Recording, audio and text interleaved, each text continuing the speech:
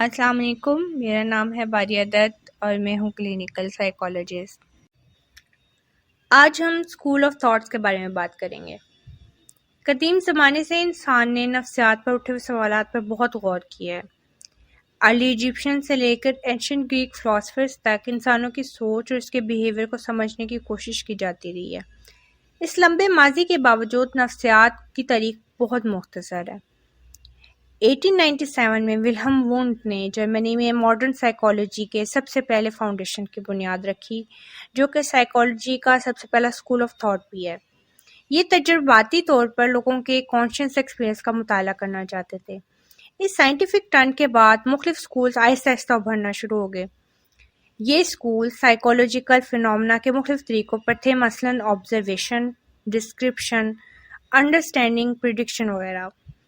Psychology جو mind کی study کہلاتی ہے کہ ہزاروں تھیوریز اور سب تھیوریز ہیں، لیکن 6 ابتدائی اسکول آف تھاٹس ایسے ہیں جن کو سائیکالوجی کی دنیا میں فاؤنڈیشن کی اہمیت حاصل ہے، جن میں structuralism, functionalism, behaviourism, psycho analysis, gestalt psychology اور ہیومنسٹک سائیکالوجی آ جاتی ہیں۔ آج ہم اس ویڈیو میں سب سے پہلے اسکول آف تھاٹس اسٹرکچرلزم کے بارے میں تھوڑی سی ڈیٹیل کے ساتھ بات کریں گے۔ جیسا کہ پیچھے میں نے بتایا کہ ولہم وونٹ کے نظریات نے نفسیات میں سب سے پہلے اسکول آف تھاٹ کی بنیاد رکھی، جسے اسٹرکچرلزم کہتے ہیں۔ وونٹ کے شاگرد ٹیچنر نے اس اسکول آف تھاٹ کو باضابطہ طور پر قائم کیا تھا۔ وونٹ اس بات پہ یقین رکھتے تھے کہ سائیکالوجی میں کانشیسنس کے بنیادی عناصر پر توجہ دینی چاہیے۔ اسٹرکچرلسٹ ایڈلٹ مائنڈ کی جانچ پڑتال کرنا چاہتے تھے۔ وہ چاہتے تھے کہ وہ دماغ کے چھوٹے چھوٹے حصوں کو جانچیں اور پھر دیکھیں کہ کیسے یہ پیسز مل کر ہمارے خیالات اور نظریات کو پیدا کرتے ہیں۔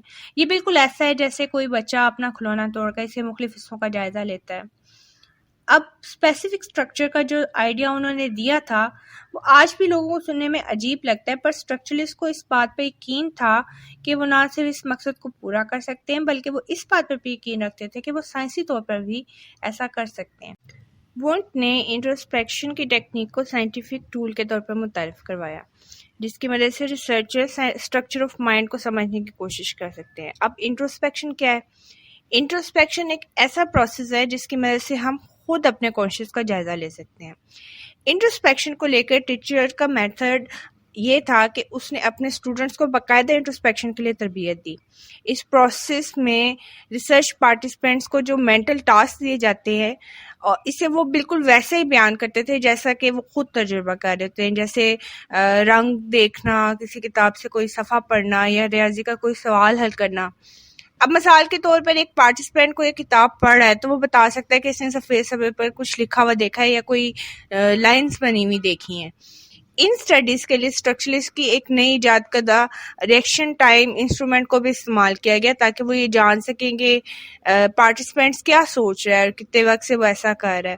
مینٹل ایونٹس کو پڑھنے کے لیے کوگنیٹو سائیکالوجی میں ریئیکشن ٹائم انسٹرومنٹ کو اب ایک اہم مقام حاصل ہے۔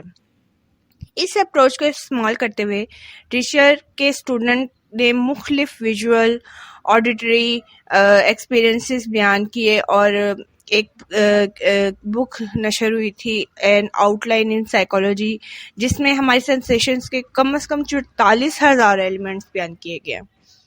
اچھا، ان ایگزامینیشن کے دوران وونٹ نے یہ دریافت کیا کہ لوگوں کو یہ بیان کرتے زیادہ وقت لگتا ہے کہ انہوں نے کیا آواز سنی ہے، اس کے بجائے وہ صرف رسپونڈ کرتے کہ انہوں نے آواز سنی ہے۔ ان سٹڈیز کی وجہ سے ریسرچرز کو پہلی دفعہ اندازہ ہوا کہ کسی بھی سٹیمولائی کی سینسیشن اور پرسیپشن میں فرق ہے۔ اب ہم کانشیسنس کے ایلیمنٹس کی طرف آ جاتے ہیں۔ کانشیس کے ایلیمنٹس کی بات کریں تو ٹیچر نے ہمارے کانشیس کے 3 مین ایلیمنٹس بیان کیے ہیں۔ فرسٹ اس نے بتایا سینسیشن، یہ پرسیپشن کا بیسک ایلیمنٹ ہے جس میں دیکھنا، سننا، چکھنا یا سونگنا وغیرہ شامل ہے۔ سیکنڈ ہے امیجز، جو ہمارے خیالات کے ایلیمنٹ ہیں۔ تھرڈ اس نے بتایا افیکشن، مطلب فیلنگس، احساسات، یہ ہمارے جذبات کے ایلیمنٹس ہیں جس میں خوشی، غصہ، محبت، نفرت وغیرہ شامل ہے۔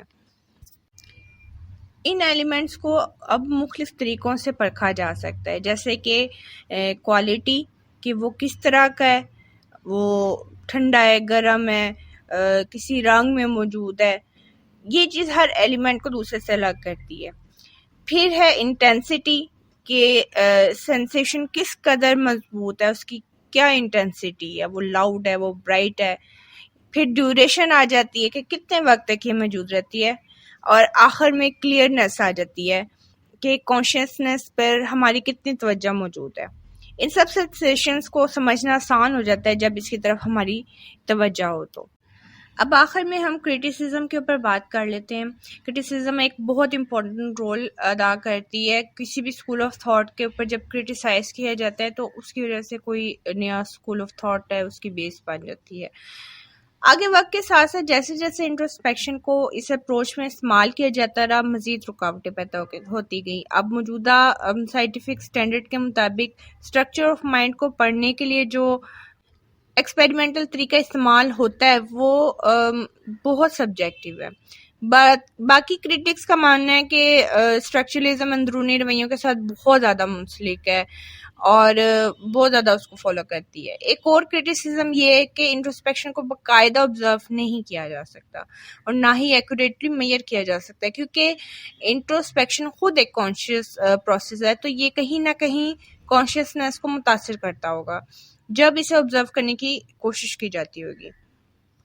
اچھا، آخر میں ایک مزے کی بات یہ کہ اب بے شک ولہم وونٹ کو فاؤنڈر آف اسٹرکچرلزم کہا جاتا ہے، پر انہوں نے کبھی بھی اسٹرکچرلزم کی ٹرم کو استعمال نہیں کیا، بلکہ دراصل ان کے جو شاگرد ٹیچر تھے اس نے اسٹرکچرلزم کی ٹرم کو استعمال کیا تھا۔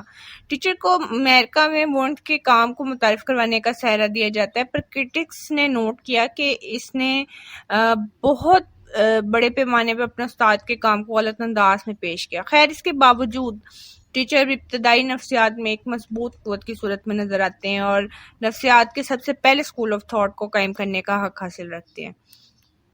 آج کے لیے اتنا ہی۔ اس ویڈیو کے اندر میں نے تمام اسٹرکچرزم کے امپورٹنٹ پوائنٹس ایکسپلین کرنے کی کوشش کی۔ امید ہے کہ کوئی پوائنٹ مس نہیں ہوا ہوگا۔ باقی اگر آپ کو ویڈیو اچھی لگتی ہے تو اس کو لائک شیئر ضرور کیا کریں اور کمنٹ باکس میں ضرور مجھے سجیشن دیا کریں کہ آپ کو مزید کون سے ٹاپکس کے اوپر آپ چاہتے ہیں کہ میں ویڈیو بناؤں۔ تو اپنا خیال رکھیں، وہ خوش رہیں۔ اللہ حافظ۔